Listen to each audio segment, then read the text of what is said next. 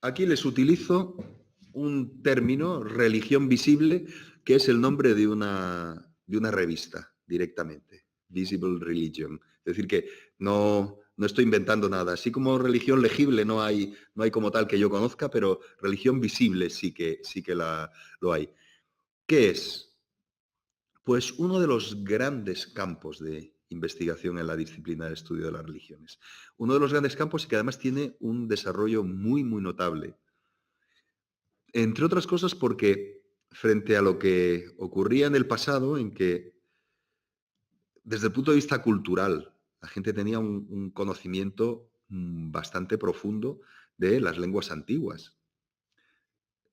Freud, por ejemplo, era capaz de leer el griego sin más. O sea, eh, Álvarez de Miranda, uno de los libros que publicó, del cual no hemos hablado, es una edición del Fedón de Platón. El Fedón de Platón de Álvarez de Miranda es una edición, sin más, no hay traducción. ¿Por qué? Pues porque el Fedón era cuando entrabas o querías entrar en el equivalente a lo que había en su época, los años 50, para entrar en filosofía y letras en la universidad, tenías que hacer un examen, algo parecido a una selectividad, y esa selectividad era el Fedón de Platón, cualquier sin en griego clásico cuando no encontraban una lengua para un interlocutor, parece ser que en el caso, creo que hay un caso de estos en que también, como sería un policía que tenía una formación enorme también y que hablaban entre ellos en griego clásico. Ese es el mundo del que venimos, pero nuestro mundo es un mundo de la imagen. Eso es cada vez más evidente. Estamos muy preparados para entender el mundo de la imagen, así como en el pasado probablemente las generaciones anteriores estaban mucho más preparadas para entender el mundo de la palabra, probablemente. Y para entender el mundo de la palabra, de las palabras en las lenguas en las que se vertían, es decir, en griego, la herencia clásica, latín, etc. ¿Y qué es lo que ocurre con la religión visible? Pues que nos permite penetrar en territorios que a lo mejor no hubiéramos podido llegar por las meras palabras. Los ojos no solo es un asunto que tenga que ver con nuestra mayor capacidad de televidentes y de sometidos culturalmente a aparatos que nos transmiten imágenes. No solo es eso, sino que la religión visible es también un camino para exponer experiencias religiosas no verbales, experiencias religiosas que pueden plantearse de un modo que sea muy difícil de exponer por medio de palabras y por medio de construcciones que se escriban. Y ese es, por tanto, un asunto que lo que hace es que se multipliquen enormemente las cantidades de documentación. Para épocas en las que no existe otro tipo de fuentes, no nos queda otro remedio que centrarnos en la religión visible, con todos los problemas que puede plantearse. Cuando no tienes palabras, cabe la posibilidad de la hiperinterpretación, que es lo que ocurre, pues, por ejemplo, con la religión de la prehistoria, que las cuevas prehistóricas lo aguantan todo. Aguantan que digas que todo es religión, aguantan que digas que son chamanes los que las pintaron, aguantan que digas que son brujos los que lo... En fin, todas estas interpretaciones que pueden ser hiperinterpretaciones. ¿Por qué? Pues porque no tienes las palabras. Y entonces muchas veces utilizas la analogía, utilizas diversos instrumentos para intentar saber por extrapolación qué es lo que podría querer decir un bisonte pintado en una cueva. Y realmente es un problema. Ejemplifica la quiebra de las explicaciones de una religión de la que solamente poseemos testimonios mudos transmitidos por esta vía, que es la religión visible o la vía iconográfica. La falta de palabras lo que hace es que se multipliquen las interpretaciones y esas interpretaciones nos lleven a caminos que a veces directamente tienen que ver con la moda. Al hablar de definiciones de religión, estuvimos jugando con esta idea, que muchas veces, y eso es un elemento metodológico a tener en cuenta, muchas veces la moda, las modas culturales, digamos, o las modas académicas, pueden llevar a que en cierto momento se dé por válida una interpretación que años después parece completamente absurda. Y eso es así. Y en el caso del arte en las cuevas, hemos pasado de rituales mágicos en relación con una interpretación, que recuerden que era la de Taylor, del animismo, a representaciones de los grupos sociales en la línea de una definición de la religión como era la de Durkheim, en que él planteaba que el origen de la religión era el totemismo, a los planteamientos ahora mismo, la gran hipótesis para todo este asunto es directamente la del chamanismo, porque ahora es en cierto modo el gran tema de moda. La moda, los paralelos etnográficos esgrimidos o la sensibilidad particular del investigador puede llevar a enjuiciar más adecuados unos puntos de vista respecto de otros. ¿Y a dónde pueden llegar? Pues desde el punto de vista metodológico a arriesgadas o fantasiosas interpretaciones. Y eso es algo que no podemos dejar de lado. Pero por otra parte, la religión visible tiene un valor extraordinario justamente entre los contextos en que era más difícil encontrar religión legible, los pueblos que podríamos denominar no literarios. Y otro ejemplo, las experiencias extáticas. La religión extática se conoce mucho mejor gracias a las imágenes.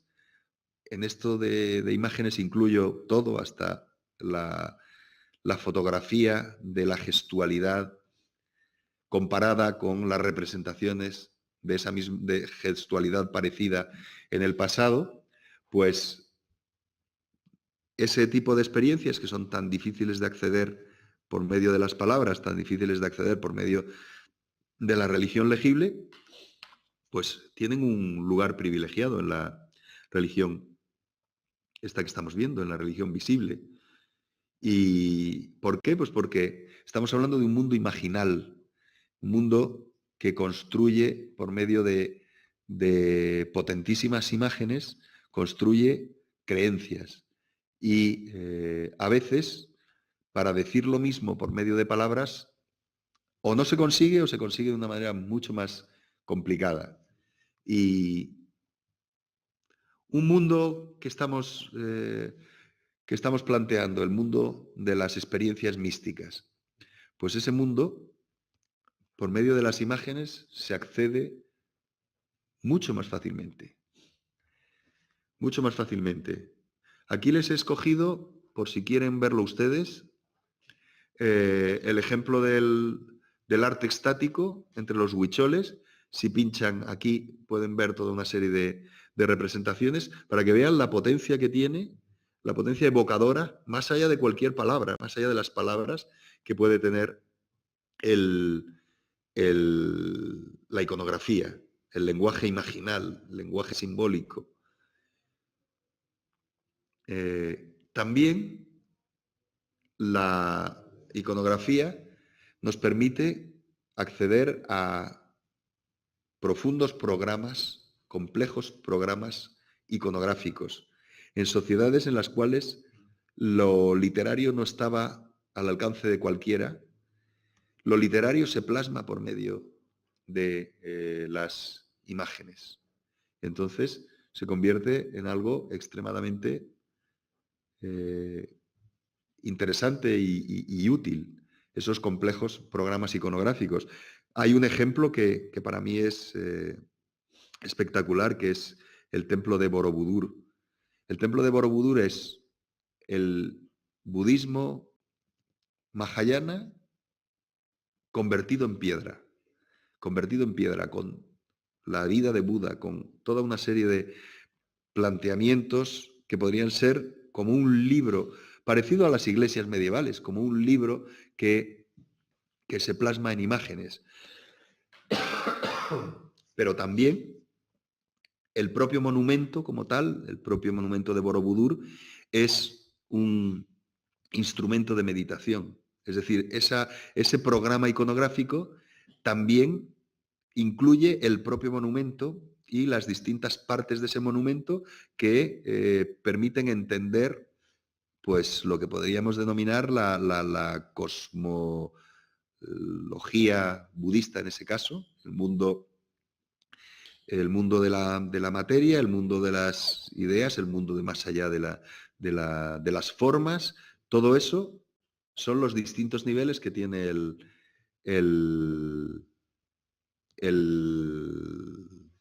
monumento de Borobudur. Esos programas iconográficos en templos que ilustran estos modos de entender la religión y que hacen de la iconografía una fuente excepcional y una fuente muy elástica para el trabajo y que hacen que sea una fuente de mucho uso. Ahora mismo, quizá donde más se desarrollan la nueva documentación, donde más se está desarrollando nueva documentación, en el caso, por ejemplo, de la India o en el caso incluso del mundo clásico, es gracias a la iconografía. La imagen tiene una enorme riqueza de expresión y permite esta apertura a múltiples valores, más inmediatos probablemente que los propios que se transmiten por medio de la palabra. La imagen tiene el poder de la inmediatez, el poder de el acercamiento directo. Y luego tiene otra ventaja, y es que es una fuente siempre en crecimiento. Así como es difícil encontrar nuevos textos, bueno, todavía hay ámbitos en los cuales se pueden encontrar. Por ejemplo, en Asia se pueden encontrar nuevos textos. Nuevos textos quiere decir textos que todavía están en manuscrito y que no han sido explotados de un modo sistemático. Pero para el mundo clásico es dificilísimo encontrar un nuevo texto. Es muy difícil. Que aparezcan de vez en cuando papiros, lo cual ocurre. Por ejemplo, todos los de la biblioteca de Nag Hammadi, que nos ha abierto el conocimiento del mundo del gnosticismo de los siglos II, siglo III. Es espectacular. Los propios manuscritos de Qumran, que hacen que haya cambiado, pues probablemente de un modo radical, nuestros puntos de vista en relación con el judaísmo del Segundo Templo. Pero es limitado. No vamos a encontrar bibliotecas como la de Nag Hammadi. Primero, porque es muy difícil encontrar. Se necesita un contexto muy determinado para que aparezca ese tipo de documentación. Lugares muy secos, es decir, para que algo que se ha producido hace 2000 años nos pueda llegar a nuestros ojos. Es muy difícil. La transmisión de los textos literarios tiene es un verdadero rompecabezas. Incluso cuando la conocemos relativamente bien es un rompecabezas. Un rompecabezas desde el punto de vista puramente técnico o de la materialidad de los soportes. Y es que si antes del mundo de la imprenta, es decir, que hay aquí, digamos que tres grandes momentos, la imprenta y el que estamos viviendo ahora mismo, que es la digitalización, son los dos grandes momentos. Antes de la imprenta, cada ejemplar que tú querías de un documento tenía que, si querías que perdurase, tenía que reescribirse. Con los problemas de la propia vida de esos soportes, 300, 400 años como mucho, salvo que estén muy bien conservados, como los que estábamos hablando, que estén en zonas muy secas. Pero si no, son materiales que se pierden, materiales que se van deteriorando. Y si no los escribes de nuevo, si no haces una nueva copia, son materiales que terminan desapareciendo. Que eso es lo que ha ocurrido con muchos textos religiosos. Y textos irreligiosos, que hemos hablado de uno de los grandes temas de Álvarez de Miranda, era justamente la irreligión. Que a él se dedicó específicamente a verla en Polibio, pero también, aunque fuera en el mundo del mito, en Prometeo. Entonces, ¿qué es lo que ocurre con la irreligión? Que no nos ha llegado casi nada. ¿Por qué no nos ha llegado? Pues porque si tú tienes que reescribir un tratado ateo 400 o 500 años después de que lo escribiese quien correspondiese, 400 o 500 años después es posible que eso que en aquel momento era interesante haya dejado de serlo completamente. Si tenía un monje católico o un monje cristiano que hacer la copia de un manuscrito de uno de estos, pues por ejemplo Teodoro el Ateo, el célebre Teodoro de la escuela cirenaica, pues probablemente no lo hacía, se dedicaba a copiar otras cosas. Había información que caducaba, que no era interesante, que no cumplía los parámetros. Hasta la imprenta. Con la imprenta somos capaces de producir muchas copias de un mismo texto. Por eso no han desaparecido, por mucho que han querido. Dense cuenta que ha habido gente que ha querido destruir los libros y no han conseguido acabar con todas las ediciones. Estoy pensando, pues por ejemplo, en la traducción del Nuevo Testamento de Francisco de Encinas, que intentaron destruir todas las ediciones ¿Cómo puedes hacer eso? ¿Cómo puedes destruir algo que ha sido impreso por lo menos en cientos, si no más números de ejemplares? Ya no es tan fácil. Ya es muy difícil realmente. Es muy difícil. Y el siguiente paso en el que estamos ahora mismo, claro, es la digitalización, que hace que el número de copias sea un número infinito. No se puede saber hasta dónde puede terminar. Pero, volviendo a la religión visible, ¿qué es lo que ocurre? Que de ciertos contextos culturales, y estoy pensando específicamente en los contextos del mundo antiguo, el texto escrito o se copiaba o desaparecía. Pero lo que nos llega por vía iconográfica es exactamente lo que se pintó, exactamente lo que se produjo, lo que se hizo en ese mundo. Algo parecido a lo de Qumran, que tenemos exactamente los documentos que escribieron los que vivieron allá. Tenemos exactamente lo que sus ojos vieron. Pero claro, en la iconografía es que es lo común. Lo común es tener lo que los ojos vieron. Es decir, que nuestros ojos miran lo mismo que los ojos de quienes crearon esas imágenes o crearon esos templos o lo que fuera. Y eso es una inmediatez enorme que permite, por una parte, el acceso directo. Y por otra parte, otro asunto que es muy importante también, que es que permite no solo los mismos, unos ojos parecidos, en una caracterización material parecida. No solo que nuestros ojos estén mirando el mismo dibujo, por ejemplo, o eh, la misma, si hablamos de escultura o lo que fuera, sino que El que haya llegado hasta nuestros ojos quiere decir que su nivel de destructibilidad es mucho menor. Es decir, que es mucho más indestructible, es mucho más deteriorable un texto, un papiro o un texto por el propio soporte, la fragilidad del soporte, que una vasija o que una estatua. O que incluso un templo, a pesar de que los templos estén como están y hayan sido, intentado ser machacados, pero es muy difícil. Entonces, ¿qué es lo que ocurre? Que nos aparece, lo que ocurre es que nos aparece en muchos lugares. Lo extraño es sacar papiros. Lo común es sacar imágenes. Lo común es hacer una excavación y encontrar imágenes. Lo extraño es encontrar textos. Ocurre de vez en cuando que aparecen papiros. En Herculano, en lugares de estos, ha habido mucha suerte y por la razón que sea, se hayan preservado por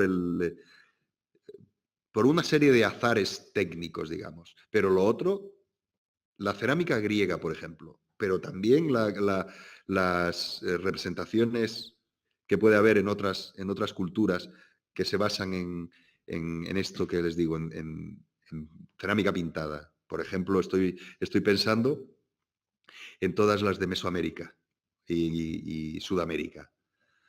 Es que son casi indestructibles. O sea, tú, si quieres, es fácil romper un vaso, pero es muy difícil destruir completamente un vaso.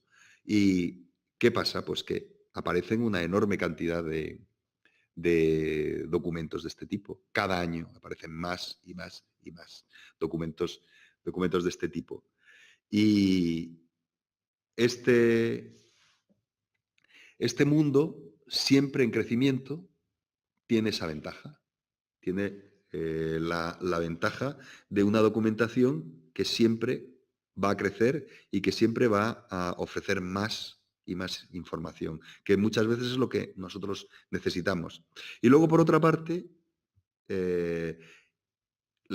cuando comparas la iconografía comparada, a veces, aunque tiene los problemas que en su momento vimos al trabajar sobre el método comparado, tiene, otra vez les digo, esa inmediatez del acceso. Y esa inmediatez es extremadamente fácil de encontrarse con ella.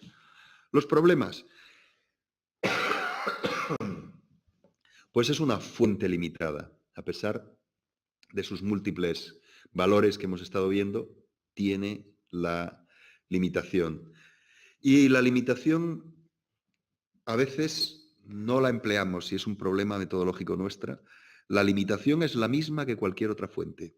Es decir, que tenemos que estudiarla con las mismas prevenciones críticas y el mismo método contextualizador que se cumple para la religión legible. Es decir, el método crítico es perfectamente empleable en la religión visible, igual que en la religión legible.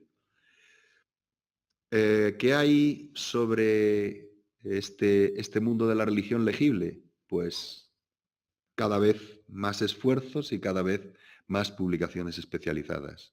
Algunas de este tipo que a nosotros nos interesan, es decir, que recogen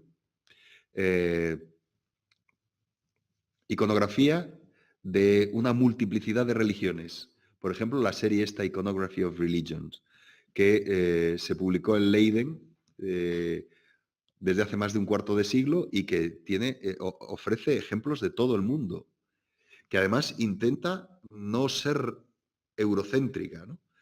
Luego, la revista esta que les citaba antes, Visible Religion, Annual for Religious Iconography, que se publica en Leiden desde 1982, se publicaba desde este momento, y que nos incluye una gran cantidad de ejemplos y de planteamientos. Esto que les digo son específicos con una mirada generalista, ¿no? Podríamos denominar historia general de las religiones, pero las revistas dedicadas a momentos específicos culturales son una gran cantidad de ellas, ¿no? Y vamos a dar una nueva vuelta de tuerca. Y es que esta religión visible, además, en muchos casos, se convierte en una estrategia. La apertura hacia la religión visible se convierte en una estrategia desde nuestro punto de vista. Una estrategia en una acción que es fundamental a la hora de conocer la diversidad religiosa y abrirse a la diversidad religiosa, que es la acción de visibilización de las religiones. Las religiones a veces resultan invisibles. Hay una cierta invisibilización moderna de la religión, que en gran parte de los pensamientos de la modernidad la religión debiera estar en lo íntimo o en lo privado. Y entonces lo que ocurre es que esa forma de pensar que se convierte en algo que se interioriza, esa forma de pensar nos lleva a cerrar los ojos ante tantas cosas, que puede ser la religión que hay alrededor nuestro. Y esa religión es una religión caracterizada por la diversidad, pues no vemos la diversidad que hay alrededor nuestro. Y entonces, en muchos casos, se requiere una acción de visibilización. Y este es un procedimiento, desde el punto de vista metodológico, muy importante, porque, en cierto modo, es una neutralización de estas formas que podríamos denominar etnocéntricas o religiocéntricas de comprender las religiones. Desde el momento en que abrimos la mirada a lo que nos rodea. Y muchos de ustedes van a trabajar temas que tienen que ver con las religiones que hay alrededor nuestro, que hay alrededor de nuestra sociedad, que es una sociedad además globalizada y por tanto las religiones no solo están en otros lugares lejanos, sino que están alrededor nuestro muchas veces. Entonces, bueno, pues tienen que abrirse a esa apertura hacia las religiones que puede haber alrededor nuestra. Este es uno de los temas que, por ejemplo, en el grupo de investigación nuestro hemos desarrollado y aquí les pongo algunas referencias bibliográficas, pues si les puede interesar la visibilización de religiones en España y a veces también, pues, la visibilización de la diversidad religiosa, que es una riqueza del mundo presente. Y como en todos estos temas que estamos viendo, les dejo una pregunta que tiene que ver con lo que hemos planteado en otro momento, hace dos temas. Hace dos temas nos hemos planteado un verdadero dilema, siguiendo a Foucault. Foucault decía que somos muy oculocéntricos. Miramos, los ojos son nuestra senda de procesar lo que hay alrededor nuestro. Somos muy oculocéntricos. Y entonces la pregunta es, o sea, la que les propongo, cabe preguntarse sobre los límites de la religión visible, pues apuntala el oculocentrismo, evidentemente. Es una forma más de aproximación oculocéntrica. Y como hemos visto que hay otros lenguajes de la religión que no se vertebran por medio de los ojos, pues ese sería el reto, la pregunta que les planteo. La religión legible es una religión que, por supuesto, se ve por medio de los ojos y se accede a ella por medio de los ojos y se construye por medio de la palabra. Es decir, que con la religión legible somos, por una parte, oculocéntricos y por otra parte, logocéntricos. Y en este caso nos podemos encontrar con que el peso del oculocentrismo es muy fuerte. Y tenemos que... Foucault, cuando hacía esta crítica al oculocentrismo, decía: nuestra sociedad es una sociedad excesivamente centrada en los ojos. Todo lo procesamos por los ojos. En lo que a nosotros nos interesa de ese planteamiento es justamente que la religión muchas veces no se evidencia tan claramente por medio de los ojos. Se evidencia por medio de otros sentidos que no sea solo el sentido de la vista. Por medio del oído, por medio del olfato, por medio del tacto también, del gusto también. Y ese es un poco, esos son los otros lenguajes de la religión que vamos a ver más adelante.